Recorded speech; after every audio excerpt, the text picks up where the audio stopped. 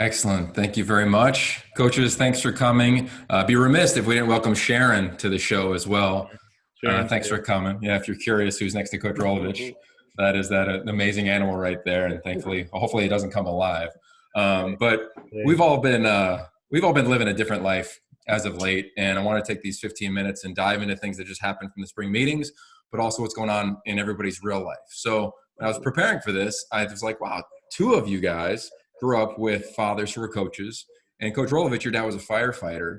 Yeah. And they all mentored you in different ways. I'm curious for each of you, and Coach Shaw, I'll start with you, but how have you taken the principles from your dad that you learned from him as a coach and applied them to now leading all these young men during this really unique time in their world and everybody's really around the globe? Well, I could take the whole 15 minutes. I'll be very quick. My dad, before my first internship, before my first job in football, just said, and just basically be yourself. And that's the advice he gave all the time. But what I learned, what he was really talking about was, in order to truly engage with your players, for them to listen to you, you have to be authentic. You have to be yourself. You have to be honest. You have to be open. You have to be accessible. For all of his years that he coached, and I watched all these guys 20, 30 years come back to him and thank him for the influence they had both in their football lives and their non-football lives. It's because he was real. He was real with them. He was honest with them. He was open with them. And that's the thing I take into everything, which is I'm not going to try to be like somebody else, but I'm just going to be myself, and I'm going to be who I need to be to reach my players and know that they can always talk to me and take some constructive criticism. At the same time, I'll be the first to celebrate with them. Excellent. Coach Helton, how about you? During this time, how have you leaned on some of the things you've seen? Yeah, Dad was a tremendous relationship builder. He knew how to coach guys really hard, but also loved them along the way. And he always told me the importance of building those relationships and building that trust. And, how do you build trust? He taught me to build trust, one, through a man's character, two, being competent and knowledgeable in what you do to help develop young men, three, show them care and concern. And then four, be honest with them at all times. Be brutally honest to help them grow and let them know to be coached is to be loved. So the relation aspect of the game, I think, is critical, especially in today's time. Right now with what we're going through, they got to know that you care. Excellent. Coach Rollo? Yeah, my dad was a fireman. He taught me, well, one of his sayings was, never eat soup in the rain, you'll never finish, which has been good advice moving forward. The other thing he always says was, it's all in your head. It's all in your head. It got me into visualization, and really, if you put your mind to it, you can make some stuff happen. So. Yeah, that's well said. I think it's been masterful just connecting with different coaches in this conference and your staffs of how you've been making sure your guys are right mentally, because they're not next to you. Like this sport, we're always around each other. So for Coach Shaw, you've been in this conference for a while now. You weren't around your fellow coaches at the spring meetings. What was that like if you gave us some insight into those meetings? And then coming out of it, everybody has the same question, like, when are we going to play? Like, what were the discussions like? Because I'm sure they were broad and in-depth around that thought. Well, I think Woody Dixon's done a great job of leading and guiding a lot of different conversations we've had to have, both with our coaches and then with our working group that we have. And what I love about our conference, honestly, is our engagement. Our guys can talk to each other. There's a lot of mutual respect. There's a lot of guys coming from a lot of different angles and things that I come in thinking one way, and then Clay brings something up. I'm like, oh, I didn't think of it that way. And Chip Kelly brings, hey, think about this way. And so I think we've got a really good group of guys that, first of all, love the sport and want the sport to be played at a high level. And there's a lot of mutual respect to say that, gosh, if we can all find a way to get back, let's all contribute to a way to get back at some point in time. So I think our meetings have been very productive, and I think we've all given and we've all learned a lot. I think we're in a good position right now to handle whatever happens as far as national and local governments say, and all of our individual schools. But I think our conversations have been really, really good. We've got a lot of bright guys, a lot of great ideas, and hopefully we put ourselves in position to handle whatever comes our way. Yeah, totally agree with that. Coach Helton, we were told that you guys were able to talk to a doctor from the University of Washington, I believe, and they talked about the testing and the protocols, like when we are able to, if able to get back together. What did you learn about that, and what can you share about that reality if it comes to be? Yeah, the one thing that I was very appreciative of is how much care and concern foremost is going into the student athletes and the staff members of when we do get the opportunity to report back that the number one priority is the health and the safety of those that are involved. And that's what I took away from the amount of detail from testing to being able to have secure environments to be able to meet, to practice, and all the meetings that are being had. It was just an unbelievable wealth of knowledge that was being thrown at us. And it also shows you how grand a scope and how big a project that this is going to be as we get back into that safe environment. So, I walked away from it going, wow, there are some brilliant people that are really diving into this, that are formulating a plan, and just an appreciation that the health and safety of our student athletes is priority one. Yeah, no, it's fascinating just to hear about like all the layers to this thing. I mean, it's not as though you could show up on campus and then just go play. Coach Rollo, I'm sure you hoped that was the case when you became the head coach, but you haven't had a ton of time around your guys, but you were able to get to know them a little bit early on when you were there. How have you been able to stay connected? Because you've gone through tragedy. You had a player and his family, Renard Bell, had COVID-19. Curious the ways in which you've been able to do that. Well, as much as we can through Zoom, but it's really allowed us to focus on those personal relationships. We can't do a lot of football stuff. I mean, we could install some, but it's more about it gave us real time to concentrate on getting to know who our guys are and let them figure out who we are as people. And, I think it's been productive and just excited to get on the field when we can. Yeah, no, couldn't agree more. Coach Shaw, scenarios, like we read about a lot of them. What are the processes that you guys went through in those meetings about talking about, okay, perfect world, we're back tomorrow, unrealistic, shortened season, push season? If you can glean some insight into the scenarios that we've seen, I'd love to hear a few of them.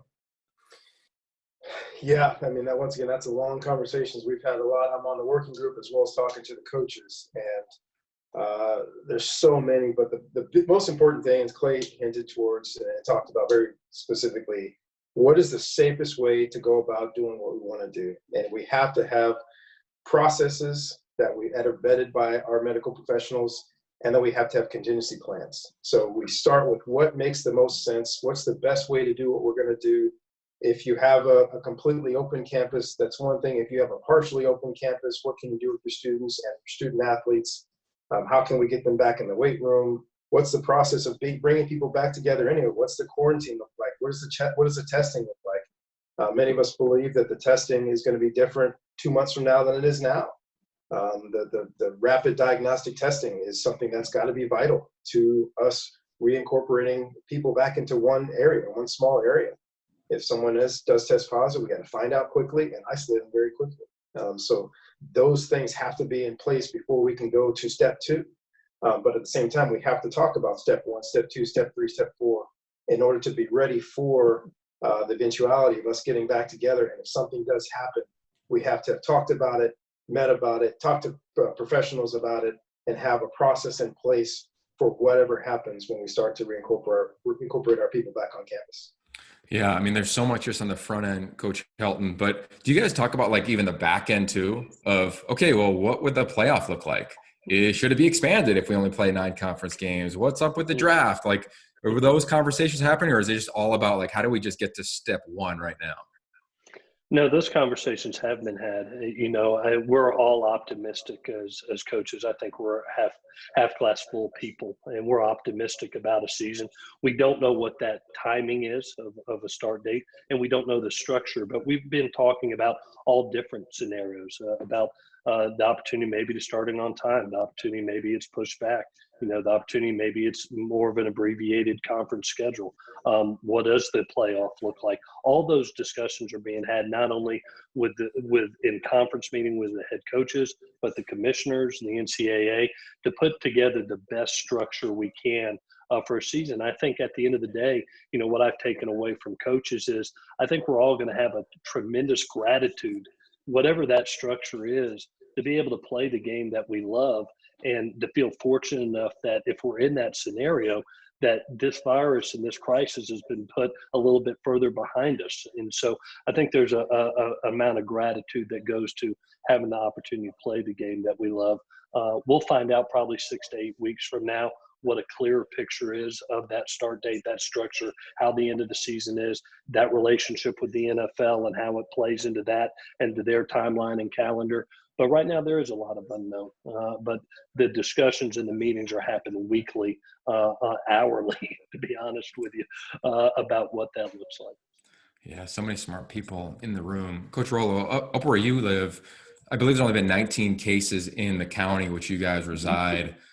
What's the process been like regarding being in the state you're in, yet at the region you're in, COVID-19 has not overtaken it like it has in other parts of the Pac-12 footprint? No, it hasn't, which has been a blessing for the people here and our students that are still here. It's just one of the strange realities of our current situation is some areas are affected more, and state lines, trump kind of regions, I think, at this point. So, we're all in with Washington, and I think everyone's trying to do the right thing. We've just been, we haven't had it as bad as some other regions of the West Coast. Unfortunately, Coach Rolo, you haven't been able to go to the spring meetings in person. So I got to ask the two guys that have been in the conference for a while, have you given any advice to Coach Rolo in his first year coming into this conference? Don't give me that ninth green at 9 p.m. deal. I know that trick already. Well, I'll say this. I thought, what an unbelievable hire by Washington State. To have a Mike Leach that's an offensive-minded, brilliant guy, big personality. And soon as Rolo was hired, it was like, wow, what an awesome fit.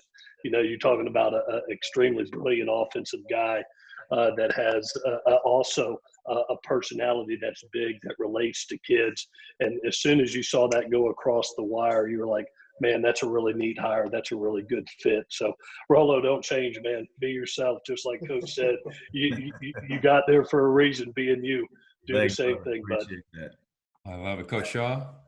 I would just say go after all those records, man. All those Mike Leake records, man. Break them all. Preferably against Clay and not me. Go ahead and break them all.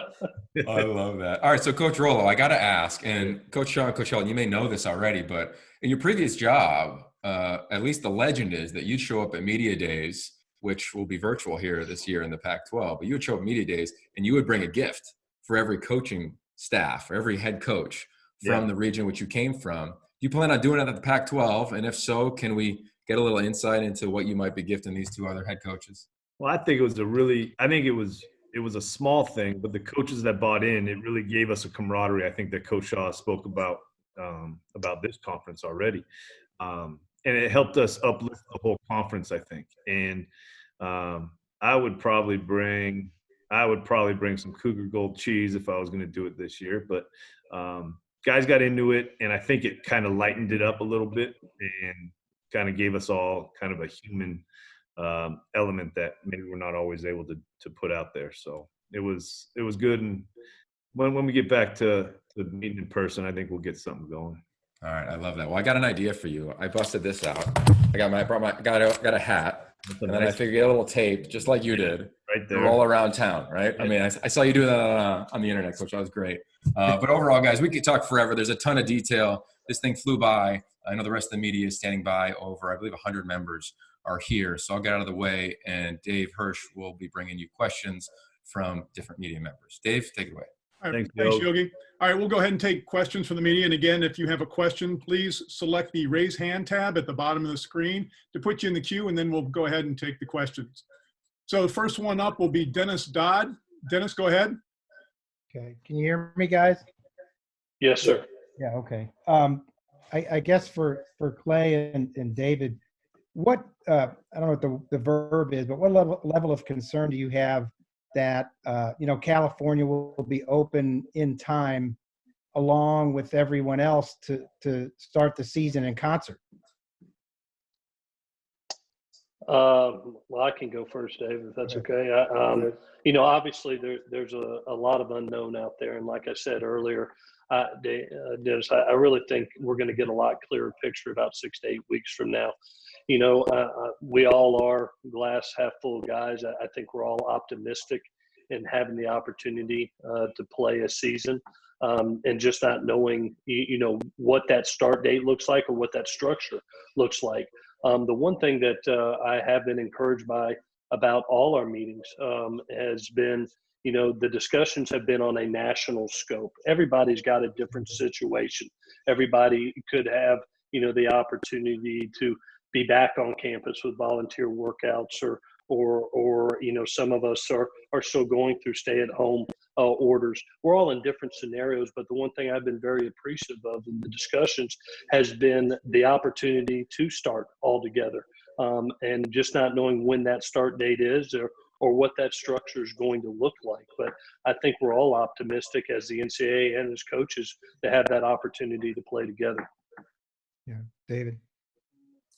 Yeah, Clay said it really well, and I've been encouraged also by, although our governor has been probably one of the most outspoken and aggressive governors in the nation, he's also been in great communication with other states as well, to Oregon and Washington in particular, and trying to trade ideas and talk about different things.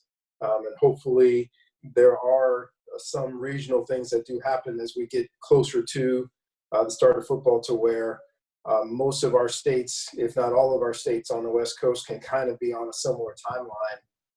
But at the very least, it's comforting to know that they've been in communication. That's good. Thank you. Okay, next question will go to Dirk Facer. Go ahead, Dirk. Your line may be muted. On mute, Dirk.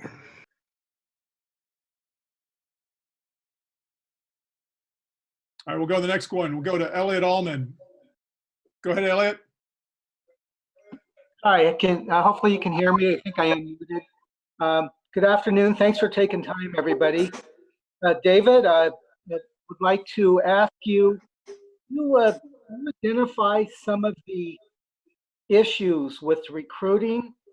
Everything kind of, because of the lockdown, you can't have these face-to-face. You can't travel to campuses and see the kids, and you're maybe having to sign guys sight unseen. What have been some of the issues for you on this? Well, you hit on a couple big ones. Not being able to talk to people face to face. I think, especially in our conference, we've got some unbelievable campuses, and not being able to bring people on campus and show them around campus and show them where their dorms are going to be, and show them the football aspect and the academic aspect, in particular for a place like Stanford, which we think that's a strong suit for us, for the entire student athlete, and being able to be on campus with all these great people. That's something that we've missed. So I think all of us have gotten really good at Zooming, FaceTiming, et cetera, being able to give them some kind of an experience with all of our people on campus, both our football staff and our faculty. So that's been a challenge for us, to make sure that we can still show all parts of our experience, athletic and academic, to our prospective student athletes. So I think it's forced all of us to get some ingenuity, be a little forward thinking, think a little bit outside the box, outside of some of our comfort zones, right? Most of us in the coaching profession hadn't heard of Zoom before a month ago, and now we're all experts. So I think we've all had to adapt and adjust and make the most of the situation. Thank you. All right, next question will go to Pete Arbogast. Go ahead, Pete. Let's see, am I unmuted now? Am I okay? You're okay. You're good to go. Awesome. Hi, guys. How you doing? I wonder if anybody has ever brought up a scheduling idea that I thought of from back in World War II. I'm not that old, but I know of it, where we eliminate non-conference games and play all 11 conference games against the 11 conference teams, and then go to the championship game. Is that something that's been brought up? Yeah, I can answer. Yes, it's been discussed in our Pac-12 meetings, and it's been discussed by the commissioners. That is one of the many structures as we go through this situation and this crisis, that the possibility of a all-conference schedule. That is one of the structures under discussion, depending on where we are at, 6 to 8 weeks from now. But those are viable discussions, and it has been brought up in our meetings. And I'll throw on top of that, as Clay mentioned too, a little bit earlier, and that affects our bowls, that affects the CFP. So these are all big conversations that we have in our conferences, but also we're going to take Mr. Hancock and his group of the CFP to really find out how best to finish this hopefully great college football season. Okay, next question will go to Ryan Carty. Go ahead, Ryan. Thanks, guys, for taking our questions. For all three of you, the notion of playing in empty stadiums has been a scenario that's been discussed for a lot of other sports. College football, obviously, is pretty different in many ways from professional sports. How reasonable do you guys think that would be to be able to play a game in an empty college football stadium? And what would be your biggest logistical concern in terms of keeping players safe, especially when it would be an admission that it might not be safe to have fans in the stands in that sense? You want to start, Rolo? What do you want to know, Ryan? I think it'd save a lot of time on silent count practice. There's one. I think in general, if we feel it's safe enough to play, then I'd like to play. I don't necessarily. I know that the fans is part of the experience. It's also part of the financial model. So, but that's not in my job description. So we're just trying to hopefully get some games this fall. Yeah, Ryan, I think that the one thing, again, I've been very appreciative in all our talks with the Pac-12 as well as the NCAA and all the doctors, is the health and priority has been priority. I mean, health and safety of our student athletes has been priority one in the whole time. There's going to be a time period. We don't know when that's going to be, when we can be back together as 110 men and staff members on top of that and go play the game we love. And I think when we're given the opportunity, whenever that time is, I think all of us as coaches, players, we're going to be grateful. Don't know the start date of that. Don't know the structure. Don't know if it's going to have fans or not fans. That's the unknown. But I know we're going to be grateful to be able to play the game we love, and meaning that the virus is probably a little bit further behind us. When's the grand day of celebration? The grand day of celebration is when we're all back together. When we're part of college football is the passion of the fans, and we love that. And that's going to be the celebration, whatever that time point is, when we're all back together in a safe environment to be able to all enjoy the game. But I think, like I said earlier, I think when we do get the opportunity to put the ball down in a safe atmosphere, there's just going to be a sense of gratitude among coaches and players that we get to play this game that we love. Okay, next question will come from Leo Haggerty. Go ahead, Leo, your line's open. Might need to unmute yourself. Gentlemen, thanks for doing this today. Appreciate it. Same question for all three of you. Start with Coach Rolovich and go south. Probably in your coaching career, you've never been away from your teams for this long for personal contact. What's the main thing you're really worried about when you finally get your team back together? Making sure that we give them enough time to get physically ready for a season. That's one of the things for me. I actually think the positives of this, because these guys don't get a lot of time away from the building with their family. I think we were going to try to find a way to get them a few more weeks with their families, and they got a little bit more than we talked about. But I think it's given them a good opportunity to reset, see why they're really doing it, and but for me, it's them getting back and make us as coaches and administrators making sure they have enough time to get physically ready for a football season. Yeah, I would echo that sentiment also, making sure that they're physically ready, making sure in the process before we even get there that our guys have the same community feeling that they had when they left. And talking to psychologists and a lot of different people, that this has been a tough time for a lot of guys, and trying to make sure that, yes, we're talking football when we get back to them, but at the same time that they know that we care about them, that We're glad they're with their families, but they miss their guys. They miss that camaraderie, and still trying to find ways to do that and keep that up. Make sure they know that we care about them and that they're a big part of us and we're a big part of them. So that when we get back together, we can all be physically healthy and mentally, emotionally healthy as well. Yeah, I think David and Rolo hit the nail on the head. It's the amount of time period between when it's safe enough for a whole 110 men to come back together with staff, and the amount of time period that you're given even prior to a training camp to be able to, one, get your kids in physical, functional football shape, prior to a training camp, so you don't have soft tissue injuries, so you don't have joint injuries, to prepare them, whether it's walkthroughs, strength and conditioning, OTAs, whatever you want to call it, those weeks that it's going to take to get them in functional football shape prior to going to a training camp that is very fast and very physical. That time period, it does take time before you go and start a season. And that's been the nature of a lot of our discussions in our meetings is, again, the health and safety of the player, and appreciative for that. But that's a big part when we come back is their preparation for a season. All right, next question. We'll do a follow-up for Dennis Dodd. Go ahead, Dennis. Putting a new patio in, so excuse me if you can't hear. Wanted to ask all three coaches what they considered in their own minds to be, I guess, a legitimate playoff. If there's only half the conferences participating, is that valid? If only some of the schools from some of the conferences are playing, is that valid? What are your thoughts on that? Well, that's the big question, isn't it? Yeah. Depending on what the schedule looks like, depending on how many people are playing, depending on who you're playing. If we go to a conference-only schedule, then how do you compare conference to conference? That's why there have been a lot of discussions about, for this year, do we expand the playoff? Because we're not really going to know how to whittle this thing down to 4.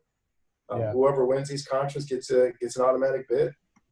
If we're able to play 12 games somehow, some way, great, and it'll work its way out. So with so many unknowns, that's like we were talking earlier, I think talking about all the scenarios is really the only way that we're going to have any idea. But if we're able to play 12 and we can stay status quo, that's great. Many of us believe that it's not going to be 12 and may not even start on time. So those other factors are going to affect however the bowl season looks, as well as the playoff.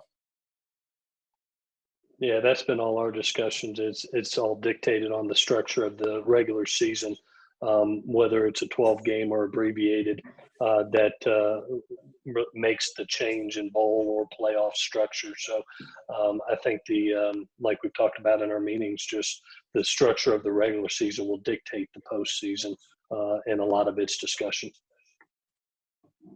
Nick? In my mind, I'm planning on playing Utah State game 1, so I don't think too much. I don't have a comment really about that other thing you asked about. I'm optimistic about, going with the 12 we got until they tell me differently. David, I know you're on some of these committees. Have you guys had any direct conversations with Bill Hancock? I have not personally. I know the commissioners have had initial conversations, and I think those conversations will advance, as Clay said, especially in the next month and a half, where the season looks like it's going. So that's a little bit of bigger offices than ours have to deal with that to a certain degree. But I know those conversations have at least started, but I think they'll get hot and heavy in about a month and a half. Okay, thank you. Yep. All right, we'll take one more question. We'll go to Jesse Morrison. Your line is open. Hi, this is for anyone who wants to take it, but Mark Emmert said that he needs to see campuses open, for class and everything before he sees any sports. I just wanted to get y'all's thoughts on that comment that he made. I think where we are is the definition of a fluid situation. I think every state, as Rolo mentioned earlier, is going to be different. Every campus is going to be different. And I think that's a great sentiment, but I don't know that that's going to rule the day when it's all said and done. I think the President of the United States is going to have a weigh in. I think every state governor is going to have a weigh in. I think every president, provost, chancellor is going to have a weigh in. There may be a scenario to where campuses are partially open.